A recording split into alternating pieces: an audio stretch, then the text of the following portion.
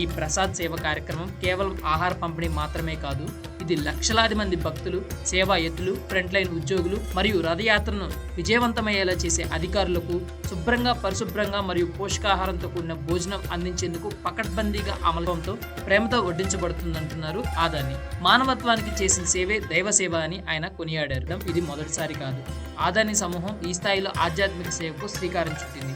మునుపటి ప్రయాగ్రాజ్ మహాకుంభమేళలో సైతం లక్షలాది మంది యాత్రికులకు వారు నిర్వహించిన భోజన సేవ కార్యక్రమాల ద్వారా లాభం పొందారు. ఇది వారి సాంస్కృతిక పరిరక్షణ, సామాజిక సేవకు ఉన్న అంకిత భావాన్ని మరింతగా ప్రతిబింబించింది.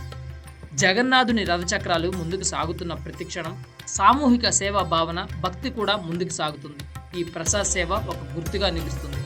భారతదేశంలో ఆధ్యాత్మికత, సామాజిక బాధ్యత పరస్పరం చేతులు కలుపుతాయని, పవిత్రమైన పూరిధాంలో భూమిని తాకే భగవంతుడు ఈ సంవత్సరం సేవ రూపంలో లక్షలాది మంది హృదయాల్ని తాకుతున్నాడని ఆదాని అన్నారు.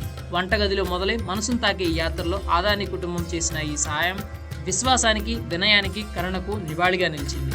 ఈ సందర్భంగా సేవే సత్యం, సేవే భక్తి, సేవే జగన్నాథుడి అనుగ్రహం అంటున్నారు భక్తులు.